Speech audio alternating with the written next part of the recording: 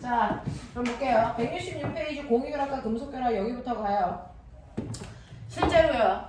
우리가 주기율표 이렇게 그리면 됐어. 물질은 더 이상 쪼갤 수 없는 가장 작은 입자 원자로 되어 있고 원자들의 종류를 원소라고 해서 그 원소들마다의 규칙성에 맞게 주기율표상에 배치. 그래서 우리가 주기율표 이런 식으로 쓰는데 그 중에서 가장 끝에 줄에 쓰는 이 아이들이 18쪽으로 체외각의 전자가 꽉 차 있기 때문에 가장 안정적 구조를 띈다. 맞죠? 그래서 이 줄에 있는 18쪽에 속하는 헬륨하고 네온하고 아르곤이 가장 안정적 구조를 가지고 있는 유일한 원소들이다. 그러면 거꾸로 얘기하면 18쪽을 뺀 나머지는요. 가장 바깥쪽 껍질에 전자를 꽉 채우지 못해서 대단히 뭐하다? 불안정적인 원소다 라고 합니다. 실제로 물질은 불안정한 상태로는 절대 존재할 수 없다. 그래서 얘가 어떤 식으로든지 안정적인 상태로 바뀌어야만 물질로 존재할 수 있다 그랬어요. 그러면 불안전한 아이들이 안전한 아이로 바뀌기 위해서는 불안전한 아이들끼리 뭐 해야 된다? 결합해야만 안정적인 물질로 바뀔 수가 있다. 되겠어? 이렇게 불안전한 원소들끼리 결합하는 걸 우리는 원자결합이라고 해요. 그 원자결합을 통해서 불안전한 원자가 안정적인 원자로 바뀌는데 그 중에서 우리가 외운 것처럼 뻐큐 안에 들어있는 아이들은 불안전한 금속 원소고요. 뻐큐 밖에 있는 것들은 불안전한 비금속 원소거든요. 그래서 금속 원소와 비금속 원소가 안정적이 되기 위해서 해야 되는 방법이 다르기 때문에 결합의 종류도 다양할 수밖에 없어요. 그 중에서 실제로 여러분들이 저번 주에 배운 첫 번째 이온 결합이라고 하는 건 불안전한 금속 원소와 불안전한 비금속 원소가 결합을 해서 안정적인 물질이 되는 결합 방법이야. 그 중에서 이런 식으로 금속과 비금속이 결합을 할 수 있는 방법은 뭐냐면 금속은 가장 바깥쪽 껍질에 전자가 1개, 2개 또는 많아봤자 3개밖에 없으니까 이 가장 바깥쪽에 전자를 꽉 채우기 위해서는 전자를 얻는 것보다는 가지고 있는 바깥쪽 전자를 버리는 게 빨라. 거기에 비해서 비금속 원소들은 가장 바깥쪽에 7개, 6개, 5개의 전자를 가지고 있으니까 8개를 채우기 위해서는 버리는 것보다 얻는 게 더 빨라. 그래서 금속 원소들은 전자를 버리려는 경향성을 가지고 있어요. 비금속은 전자를 얻으려는 경향성을 가지고 있어요. 그래서 금속과 비금속이 결합하는 이온 결합은 금속이 가지고 있는 전자를 비금속한테 버리는 방법을 쓴다. 그러면 금속 원자는 전자를 버리기 때문에 플러스 전기를 띠고 있는 플러스 전하를 띤 입자로 바뀔 거고요. 비금속은 전자를 얻기 때문에 마이너스 전기를 띤 입자로 바뀐다. 이렇게 플러스 전기를 띤 입자들을 우리는 물리에서는 플러스 전하를 띠고 있다고 하는데 이거를 화학에서는 양이온이 되려는 경향성을 띈다. 이렇게 표현할 거고요. 자, 비금속은 마이너스 전기를 띠려는 경향성을 갖는데 이거를 음이온이 되려는 경향성을 갖는다. 이렇게 표현해요. 됐죠? 그래서 금속과 비금속 사이에는 실제로 전자를 주고 받으면서 한 놈은 플러스가 되고 한 놈은 마이너스가 되면 어떤 일이 발생하냐면 플러스와 마이너스 사이에 서로를 정전기적 인력에 의해서 잡아당겨 얘네들이 덩어리로 결합하려는 경향성을 갖는다. 이걸 우리가 이온결합이라고 하더라. 됐습니까? 이게 바로 이온결합. 됐죠? 그러면 이런 식으로 이온결합을 했을 때 여러분들이 보면 일쪽에 있는 아이들은 전자가 하나 있기 때문에 하나만 버리려는 경향성을 띄어요. 그래서 나트륨 같은 경우에 일쪽이니까 전자 하나 버려서 1가 양이온이 되고요.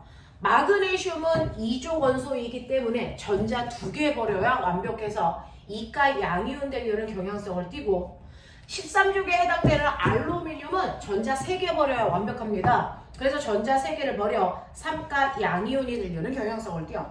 그래서 앞에 있는 숫자 1, 2, 3은요. 전자 몇 개를 이란 뜻이고 플러스라는 건 버렸어 라는 뜻이죠. 그렇죠? 그래서 나트륨과 같은 1조 원소들은 모두 다 전자 1개를 버리는 아이들, 2조 원소는 2개를 버려야 되는 아이들, 13조 원소는 전자를 3개를 버려야 되는 아이들이 됐어. 전자를 각각 하나를 얻어야 되는 염소 원자와 결합을 하는 방법 설명했었어요. 저번 주에. 됐죠? 자, 얘네들이 결합을 하는 방법은요. 어떻게 결합을 하냐면 전하량의 합이 0이 되게끔 결합을 하다 보니 위에 있는 숫자가 1, 1로 똑같으면 1대1로 결합을 하고요. 결합을 할 때는 무조건 플러스 양이온을 먼저 쓰고 음이온을 뒤에다 쓴다. 이렇게 했어요. 근데 숫자가 달라요. 얘는 2고 얘는 1입니다.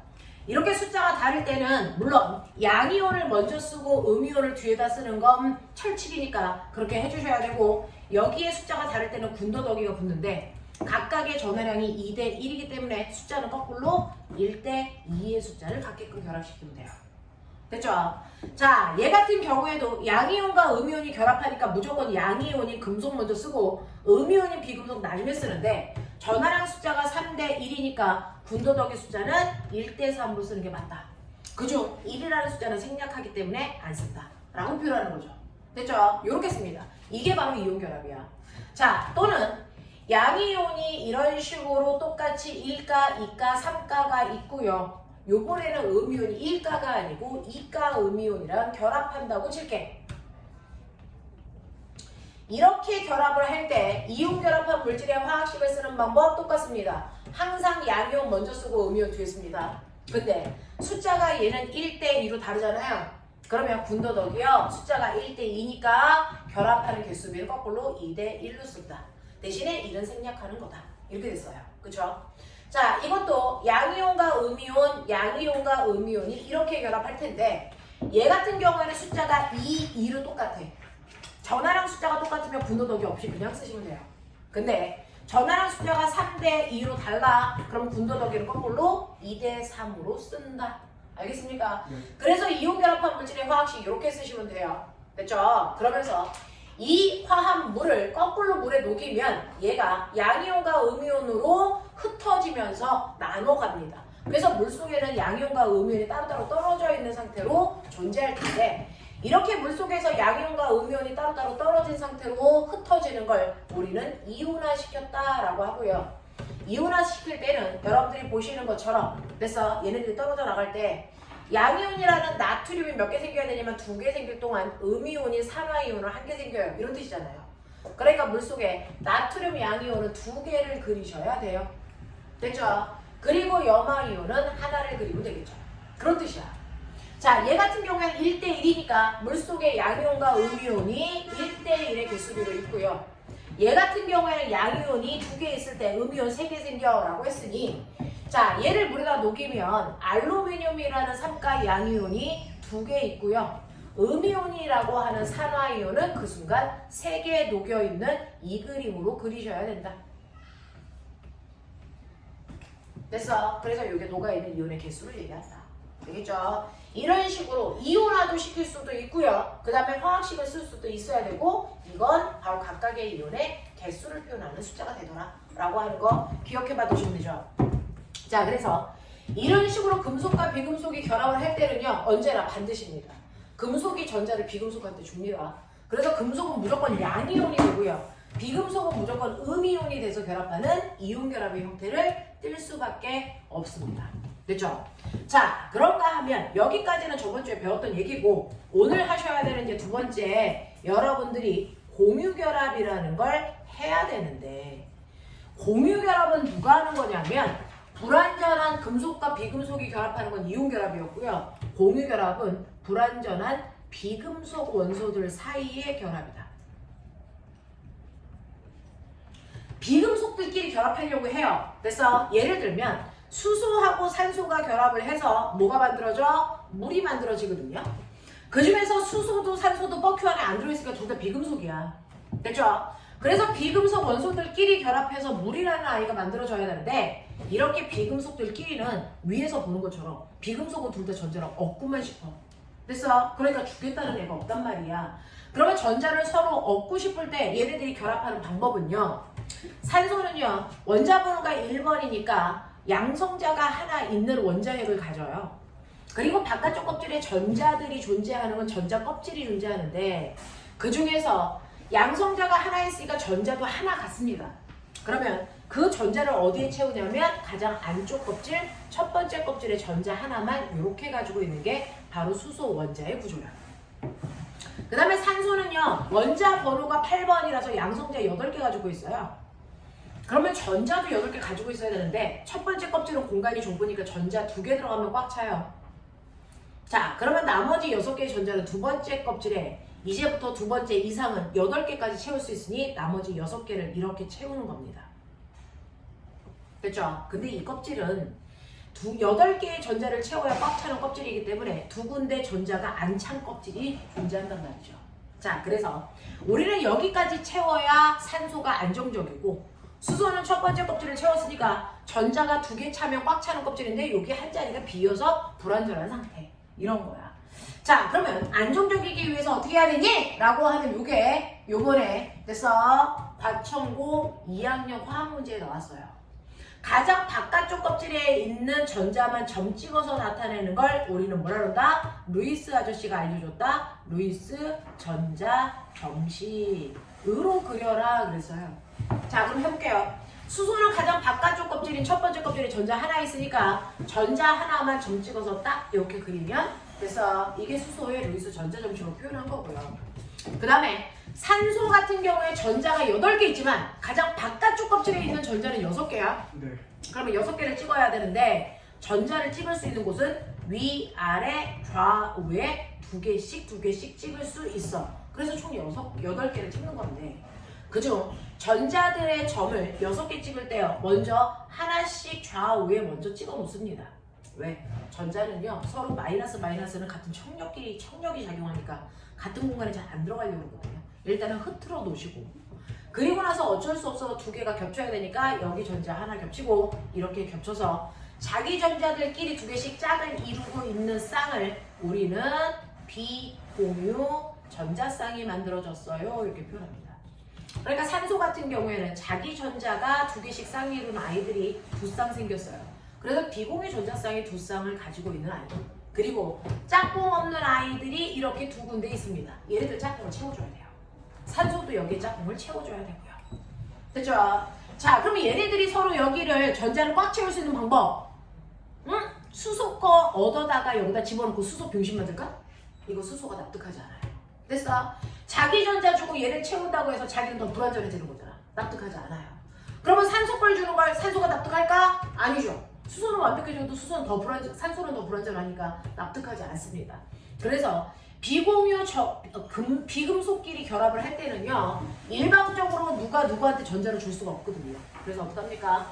이렇게 비금속 전자들끼리는 자기가 가지고 있는 전자와 상대방이 가지고 있는 전자를 하나씩 같이 쓰는 공유입니다.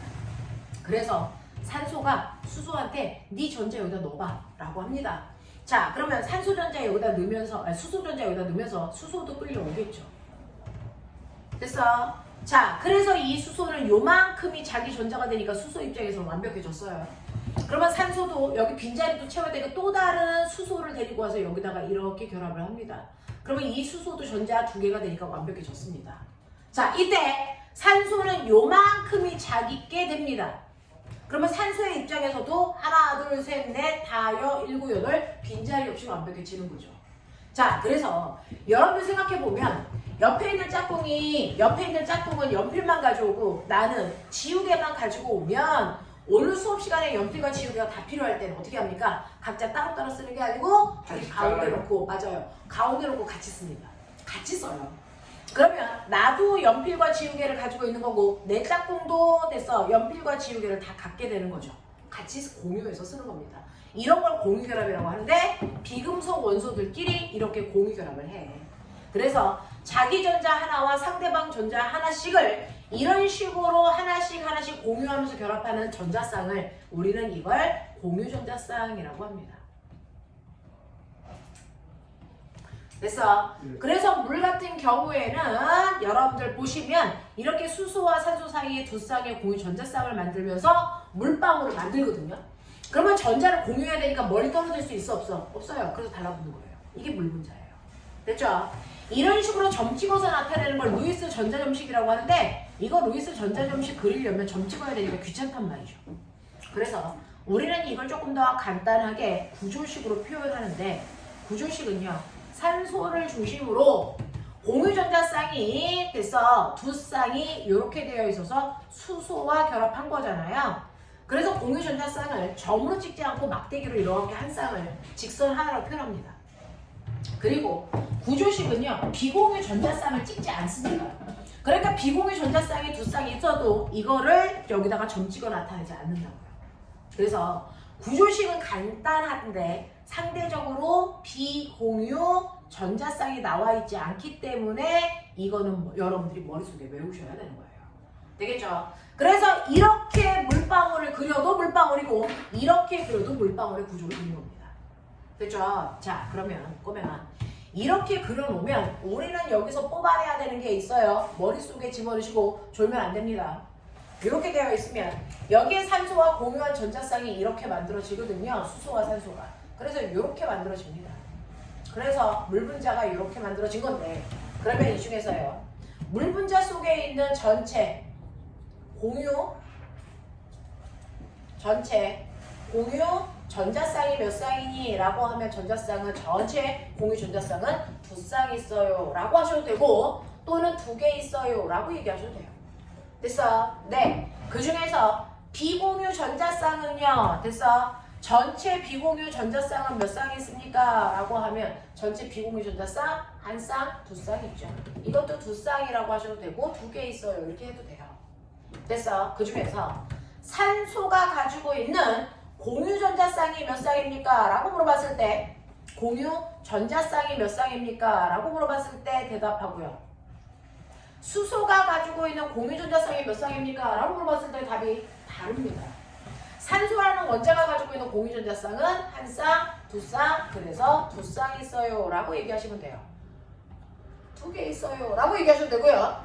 수소가 가지고 있는 공유 전자쌍이 몇 쌍입니까? 라고 하면 수소, 여기서 수소는 이 두 개의 수소를 다 얘기하는 거야? 아니야, 수소 원자 하나야. 됐어? 그러니까 이 수소 원자가 가지고 있는 공유 전자쌍이 몇 쌍입니까? 라고 하면 한 쌍입니다 라고 얘기하셔야 됩니다. 됐죠? 이렇게 얘기한다. 되겠지? 되겠지? 졸면 죽는다. 졸면 죽는다. 이 새끼들이 수업만 시작했다 그러면 이 새끼들이 정신 나간. 어휴.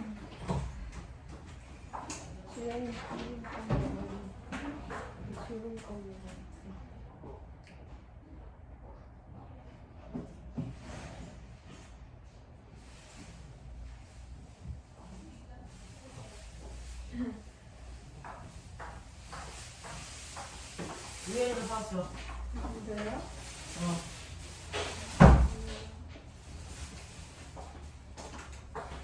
잠깨.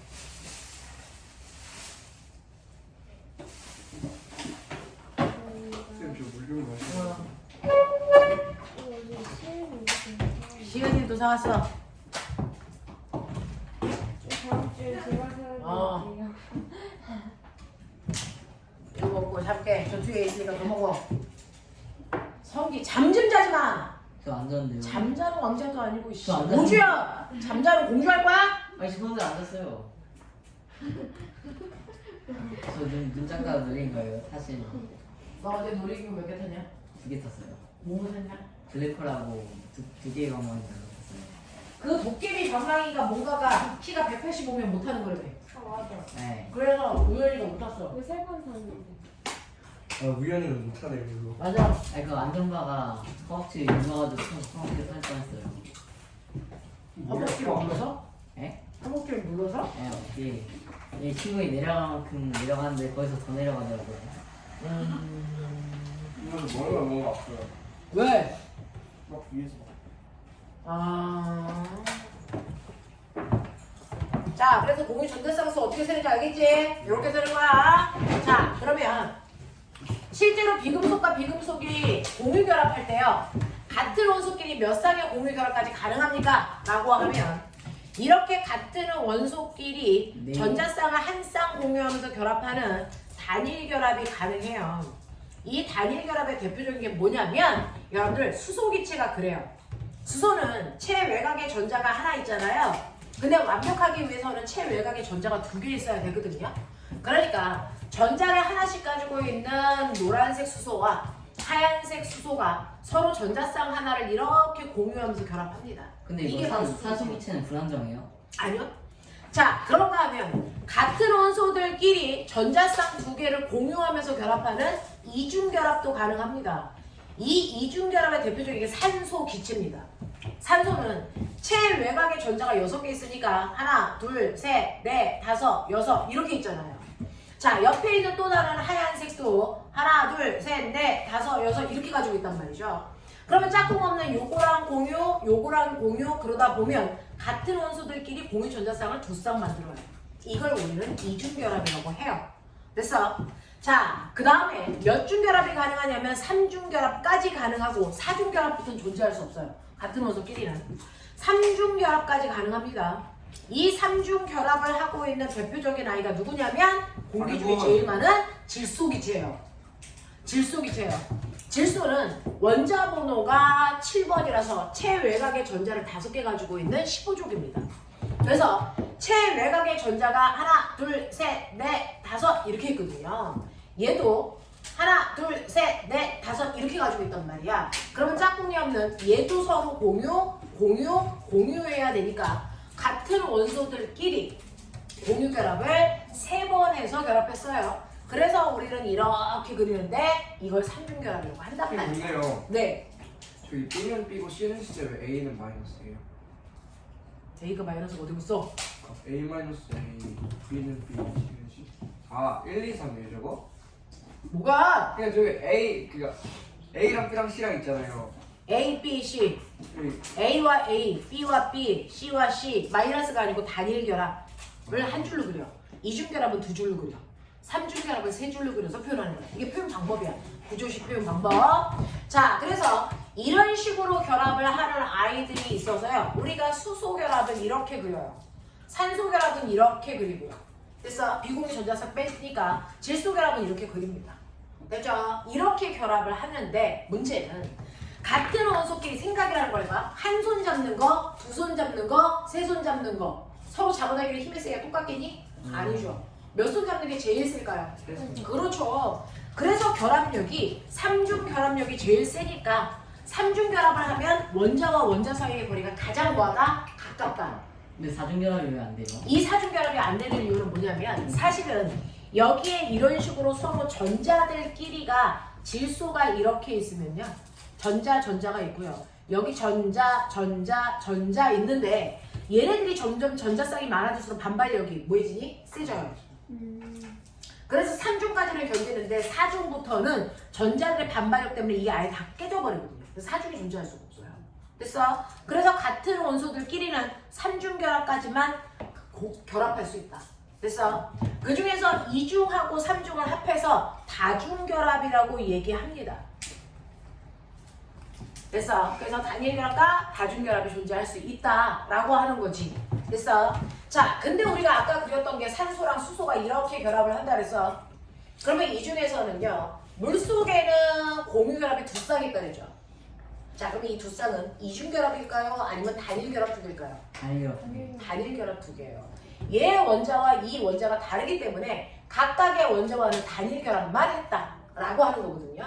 그래서 물은 단일 결합을 두 번 했어요 라고 해야지 이중 결합했어요 라고 표현하면 절대로 안 된다. 알겠습니까? 네, 이렇게 됩니다 라고 하는 거야. 알겠지? 자, 그래서 공유 결합은 같은 원소들끼리는 단일 결합, 이중 결합, 3중 결합까지만 가능하고요. 3중 결합의 결합력이 엄청나게 세다. 그러니까 질소 기체는 질소 원자와 원자 사이의 결합력이 엄청 세. 그럼 이거 잘 끊을 수 있어 없어요? 이거 없어요. 그래서 이거 웬만하면 끊어지지 않습니다.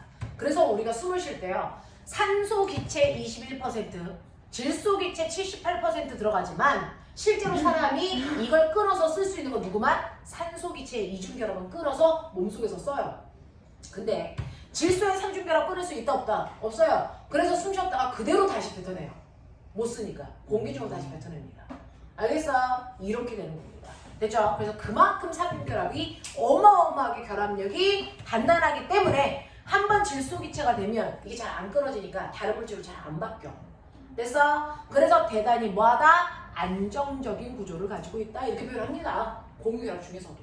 알겠어? 이렇게 된다. 그래서 공유결합은 비금속과 비금속 사이에 서로 전자쌍을 공유하면서 결합하는 걸 공유결합이라고 하더라. 되겠죠? 자, 그러면 결합 중에서 세 번째이자 마지막 결합에 뭐 있어요? 그게 오늘 배울 마지막 금속결합이라는 것도 있어. 이거예요. 자, 금속결합이 뭡니까? 라고 하면 금속은요. 우리가 철사라고 합니다. 자, 철사라고 하는 아이는 이 안에 철이라는 원소들끼리만 결합한 거죠. 근데 생각을 해봐요. 실제로요. 원소는 중성이거든요. 그러니까 철이라는 원소와 철이라는 원소를 근처에 갖다 대 붙을까? 붙으려면 서로 당기는 힘이 필요하죠. 그 힘이 안 생겨요. 됐어? 그러니까 안 붙어. 근데 어떻게 했을 때 이게 두 개가 딱 달라붙는 결합력이 생긴다는 거죠. 이유는 뭐냐면 이 금속들도 그냥 철 원자가 아니고요. 금속들은 그 속에 자유롭게 움직이는 뭘 많이 가지고 있니? 자유전자가 드글드글해.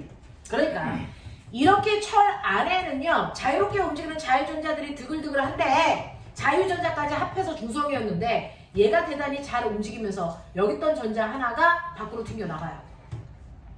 그럼 밖으로 튕겨나가는 순간 전자가 여기에 오죠? 그러면 얘는 전자 하나 잃었네? 뭐가 되니? 플러스 전기를 띠게 되죠. 여기 있는 전자들 중에서도 하나가 튀겨나갑니다. 그러면 얘도 플러스를 띠겠죠. 그래서 이런 식으로 금속과 그 금속이 가지고 있는 자유전자가 미친듯이 움직이면서 전자가 튕겨나가 마이너스 전기를 띠고 금속들은 플러스 전기를 띠면서 마치 이온결합처럼 플러스와 마이너스 사이에 정전기적 인력으로 서로를 잡아당겨요. 그래서 달라붙게 돼요. 알겠어? 이게 바로 금속결합이에요. 그게 철사, 칼슘 이런 애들이 그래요. 그래서 금속결합이라는 건 금속과 그 금속이 가지고 있는 자유전자 사이에 서로 정전기적 인력에 의해서 결합하는 걸 우리는 금속결합이라고 한다. 그래서 철사 그러면 철이라는 원자가 무한히 결합되어 있는 걸 철사라고 한 거다. 알겠어? 이렇게 됩니다. 그래서 이런 식으로요. 여러분들이 보시는 것처럼 비금속들끼리도 결합할 수 있어요. 공유결합. 금속들끼리도 결합할 수 있어요. 이해 좀 잘해라. 자, 금속들끼리도 결합할 수 있어요. 금속결합. 자, 그런가 하면 금속과 비금속들끼리 결합할 수도 있습니다. 이게 이온결합이야. 알겠어? 네. 근데 너네들이 본 것처럼 이온결합은 전자가 이동해서 결합하는 거고요. 공유결합은 전자를 공유해서 결합하는 거예요. 전자를 공유해서 결합하는 거고요. 금속결합은 금속과 자유전자가 결합하는 거야. 그러면 결론. 원자들이 결합하는 원자결합은 어떤 형태의 결합이든지 무조건 전자가 뭐한다? 관여하는구나. 그래서 전자가 관여하지 않고 결합할 수는 없구나라는 겁니다. 됐죠? 그러면 모든 결합에 전자가 관여한다는 것을 거꾸로 증명해봐 라고 하면 뭘로 증명할 수 있냐면 바로 물질 속에 전기를 흐르게 하는 전기분해 시켜보는 거예요. 됐어? 그래서 전기분해가 되면 전자가 관여했다는 건데 예를 들어서 이온결합의 가장 대표적인 게 바로 뭐냐면 소금입니다. 이온결합의 가장 대표적인 게 소금이라고요. 그래서 나트륨 양이온하고 염화이온이 결합을 해서 소금이 되어 있는 건데 이걸 녹여. 그러면 녹이는 순간 나트륨 양이온하고 염화이온으로 뜯어져 나갑니다. 됐죠? 자, 이렇게 뜯어져 나가 있는 상태에 내가 전기를 흘려. 그래서 사실은 전기가 흐르려면 이렇게 닫혀져 있는 도선에 전자들이 움직이면서 꼬마 전구에 불을 켜는데 이 중에서 전선을 중간에 끊어서 끊어진 부분을 물 속에 이렇게 집어넣는 거예요. 그래서 전선이 중간에 끊어져 있는 상황입니다. 그러면 너네 생각해봐. 전선을 끊었다는 건 사실은 스위치를 연 거죠. 스위치를 열면 전류 흘러 안 흘러? 안 흐른단 말이죠. 그래서 꼬마 전구에 불 안 들어오는데 이렇게 전선이 끊어져 있는 상태로 물속에 넣는데 그 물속에 이온이라는 게 떠다니고 있어. 물 들어올까 안 들어올까? 이게 들어와요. 됐어요? 왜요? 플러스 쪽으로는 음이온이 끌려가고요. 마이너스 쪽으로는 양이온이 끌려가면서 여기에 이렇게 이온들이 다리를 연결해 주는 거야. 됐어? 그래서 물속에 이온만 있다면 전선은 끊어져도 전기가 흐를 수 있다. 그래서 물속에 있는 이온들은 수용의 상태에서 전류가 잘 흐르게끔 도와주는 전해질 역할을 한다. 들어봤죠? 이 얘기입니다. 그래서 이온 결합한 애들은 물속에 녹이면 다시 이온 상태로 바뀌면서 액체 상태일 때 전류가 잘 흐르게 해주는 전해질의 역할을 하거든요. 그래서 소금을 물에 녹인 다음에 이렇게 전류를 흘려주면 여러분들이 보시는 것처럼 마이너스 쪽으로는 플러스 전기를 띠고 있는 나트륨 이온이 끌려올 거고요. 플러스 쪽으로는 마이너스 전기를 띠고 있는 염화 이온이 끌려와. 왜 끌려옵니까? 각각의 극으로 끌려가는 이유는 딱 하나입니다. 중성되려고. 그래서 그런 거만 생각해봐. 나트륨 양이온이 중성될 거야. 근데 지금은 전자를 잃었지. 그래서 음이온 띈 거잖아? 그러면 중성되려면 전자를 뭐 해야 돼? 받아서 먹어야 돼. 그래서 얘가 마이너스 쪽으로 끌려가서요. 여기서 뽀글뽀글 나오는 전자를 받아 먹어요. 자, 그래서 나트륨 하나당 전자 하나 먹으면 되니까 이거 전자 표시야. 전자 하나 먹어서 나트륨 금속이라는 걸로 가라앉습니다. 그래서 마이너스 쪽에 이렇게 나트륨 금속들이 이렇게 달라붙어요. 전자 먹으면서. 알겠습니까? 이렇게 되고요. 그 다음에 염화 이온 같은 경우에 전자를 얻어서 됐죠? 음이온이 됐잖아요. 그러면 얘도 중성이 되려면 전자 하나를 뜯겨야 됩니다. 자, 어디 가서 뜯겨요? 플러스 극에 가서 자기가 달고 있는 전자 하나를 뿅 하고 얘한테 주는 거예요. 알겠죠? 그래서 플러스 극으로 가면 전자 하나를 뜯겨서 염소가 되고 전자 하나를 뜯겨서 이거를 양이온한테 주는 거거든요. 됐죠? 이렇게 되는데 문제는 염소는 혼자 가서 전자 하나를 뜯겨봤자 염소 원자인데 염소 원자는 17쪽이라 불완전해서 절대로 원자 혼자는 존재할 수 없어요. 그럼 어떻게 합니까? 한 번에 하나가 아니고 두 개가 동시에 가서 두 개의 전자를 동시에 뜯깁니다. 그러면 염소 원자가 두 개가 되는 순간 얘는 어떻습니까? 염소라는 원자들끼리 서로 전자를 공유하면서 염소 기체가 돼요. 이해돼? 그래서 플러스 쪽에서는 염소 기체가 뽀글뽀글 올라오는데 염소 기체가 올라오는 게 눈으로 보일까 안 보일까? 뭐예요? 유일하게 보이는 기체예요. 수소 기체나 산소 기체 같은 경우에는 색깔도 냄새도 없으니까 보이지 않습니다. 알겠어? 근데 염소 기체는 눈에 보인다. 어떻게 보여요? 얘는 색깔이 있는 기체예요. 색깔 있는 연기가 올라와요. 무슨 색? 황록색. 황록색 기체가 발생하고요. 그래서 황록색 기체가 막 발생하고 있는데 여기다가 와 염소야 그러면서 가까이 다가가면 안 됩니다. 얘는 독 같습니다. 독성을 띠어요. 자, 맨 처음에 1차 세계대전 했을 때 독일 애들이 유태인 죽일 때 쓰는 독가스가 염소가스였어요. 알겠어요? 그래서 이거 냄새 많이 맡으면 너도 죽을 수 있다. 그러니까 근처에는 안 가는 겁니다. 소량만 발생시킬 수 있게 조심하시면 돼요. 됐어요? 자, 그래서 황록색의 기체가 발생하는 걸 통해서 염소라는 걸 짐작할 수 있습니다. 됐죠? 자, 그러면 이런 식으로 얘네들이 플러스와 마이너스 극에서의 전자를 주고받는 반응을 했다는 건 처음에 전자가 불균등한 이온 상태였다는 거고 그 이온 상태로 결합했던 이온 결합이라는 걸 증명하는 겁니다. 알겠죠? 네. 자, 그래서 이온 결합은 이렇게 전기분해하면 전기분해가 되는 걸 통해서 전자가 관여했다는 걸 알 수 있고요. 공유결합이요. 공유결합의 대표적인 게 물덩어리입니다. 물. 됐죠? 자, 이렇게 순수한 물이 들어있는 곳에는 전기가 흐를까 안 흐를까? 안 흘러. 순수한 물은 절대 물속에서 이온화되는 성분이 없어서 전기가 안 흘러요. 그래서 이온화되는 수산화 나트륨 같은 비누 성분을 넣어줘요. 그러면 여기에 이온들이 막 떠다녀. 떠다니는데 여기다가 이렇게 물이 들어있는 눈금 실린더를 뒤집어 놓잖아요. 그래 놓고 한쪽은 플러스 전기를 걸어주고 한쪽은 마이너스 전기를 걸어주면 이온들에 의해서 물속의 전자들이 이동하면서 물을 전기분해시켜버려요.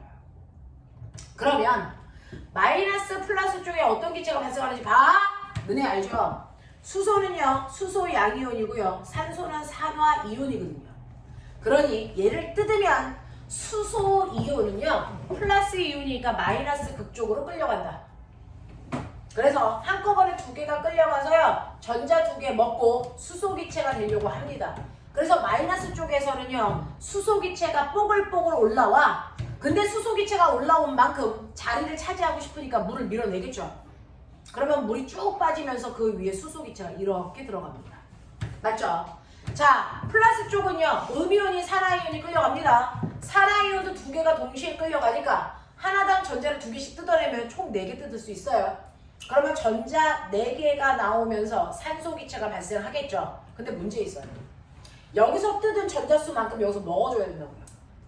됐어? 그러면 4개를 뜯었으니까 얘가 먹는 게 4개여야 되기 때문에 됐어? 한꺼번에 2배 많은 아이들이 이동했어야죠. 그러니까 수소 기체가 2개 생겼어야 된다고요. 알겠어? 그래서 플러스 쪽에서는 산소 기체가 생기는데 산소 기체가 보세요. 한 덩어리 생기는 동안 수소 기체는 2덩어리 생기죠. 됐어? 그래서 물을 전기 분해시켰을 때 플러스 쪽에 비해서 마이너스 쪽의 기체가 훨씬 더 많이 모인다. 그 마이너스 기체가 수소 기체이기 때문이다. 알겠습니까? 자, 이런 식으로 해서 물이 있던 자리에 물을 빼고 기체를 모으는 걸 우리가 수성치환이라고 해요. 이 수성치환이라는 방법으로 수소와 산소 기체를 각각 모읍니다. 근데 아까 말씀드린 것처럼 수소나 산소는 냄새나 색깔이 있다 없다? 없습니다. 그러면 이게 수소인지 산소인지 어떻게 알아요? 확인하셔야죠. 그래서 수소 기체라고 하는 건 불꽃 갖다 댔을 때 펑 하고 터지는 소리로 확인해라. 그래서 산소 기체는 꺼져가는 물질을 다시 살려내는 성질로 확인해라. 알겠습니까? 그래서 확인할 수 있다라고 하는 겁니다. 이래 네 이렇게 되고요. 그 다음 그래서 모든 결합에는 전자가 관여한다. 기억해 두시고 그러면 이런 식으로 원소들이 결합해서 만들어진 물질을 분자라고 부를 수 있어요? 라고 하면 결론 얘기할게요. 이렇게 결합해서 만든 아이들 중에 분자의 형태를 띠는 건 공유결합하는 애만 분자고 나머지는 싹 다 분자가 아닙니다. 다시 말해요. 금속이 들어있는 아이는 100% 분자를 만들 수 없습니다. 비금속으로만 결합되어 있어야 분자를 만들 수 있어요. 왜요? 분자라는 거에 기준이 있어요. 분자는요. 한 분자가 서로 따로따로 떨어져 독립되어 있는 구조를 띠고 있어야 분자입니다. 됐어? 그래서 분자의 조건은 반드시 독립된 구조를 띠고 있어야 된다라는 겁니다. 물분자는 1000개가 있던 100개가 있던 고체든 액체든 기체든 상관없이 성격을 띠고 있는 물분자들이 이렇게 독립된 구조를 띠고 있어요. 단지 이게 빽빽하게 규칙적으로 배열되어 있느냐 그렇지 않느냐의 차이인 것 뿐이죠. 됐죠? 물질의 성질을 가지고 있는 분자들이 독립되어 있어서 여기에 몇 분자 있어? 3분자 이렇게 셀 수 있고요. 한 분자는 어떻게 구성되어 있어? 수소 원자 2개에 산소 원자 하나로 되어 있어 라고 하는 걸 셀 수 있는 게 분자예요. 되겠죠? 근데 여기에 있는 이온 결합한 물질이나 금속 결합한 물질들은요 정전기적 인력에 의해서 플러스 전기를 띠내와 마이너스 전기를 띠내가 돼서 무한대로 반복해서 결합합니다. 이런 식으로 무한대로 반복해서 결합하기 때문에 한 덩어리가 어디까지인지 구분할 수 있다 없다. 이거 절대로 한 덩어리가 어디까지인지 구분할 수 없어요. 그래서 물속에 나트륨 양이온이 100개가 있고 염화 이온이 100개가 있다고 쳐. 그래서 물 때문에 떨어져 있었는데 물을 증발시켜서 물을 하나도 없게끔 해요. 그러면 얘네들 다 달라붙어 소금 덩어리가 될 거야. 몇 덩어리? 100덩어리. 한 덩어리요. 한 덩어리요. 그래서 왜? 나트륨 양이온 100개에 염화 이온 100개가 한 덩어리 다 달라붙어요. 여기에 1000개가 있어도 염화 나트륨이 1000덩어리가 아니고 그냥 한 덩어리가 돼요. 됐어? 그래서 무한대로 반복해서 결합하기 때문에 얘는 성질을 가지고 있는 분자라는 게 어디까지인지 구별이 안 된다. 그래서 이온 결합한 애들은 분자로 존재할 수 없어. 알겠습니까? 네. 자, 금속 결합한 애들이요. 금속 원소와 전자가 무한대로 반복돼서 결합되기 때문에 한 덩어리가 어디까지인지 셀 수가 없죠. 그래서 분자로 표현할 수 없습니다. 그래서 금속들은 원소기호 그 자체를 그냥 화학식으로 쓰는 거예요.